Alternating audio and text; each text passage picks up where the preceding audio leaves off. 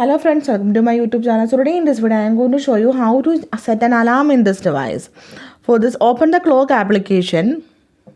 So to create an alarm, tap on the plus button. Then here we can set the time. So here I am going to set the time. So here you can see the time is 8:42. So simply here I am going to change the time to 8:43. 8:43. Okay, AM. Now tap on OK. Now you can see alarm set for less than 1 minute from now. After set the alarm, here you can see some options. You can schedule the alarm.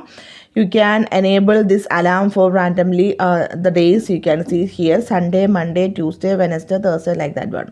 You can select this one. Now you can see the alarm is ringing. If you want to snooze the alarm, then you can snooze. If you want to stop the alarm, tap on stop.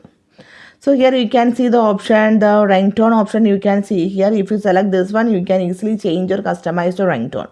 So if you want to enable the vibration when the alarm ringing, you need to turn on this one. So simply in this way, you can create the alarm in this device. So hope you guys enjoyed this video. Thank you for watching. Thank you. Bye-bye.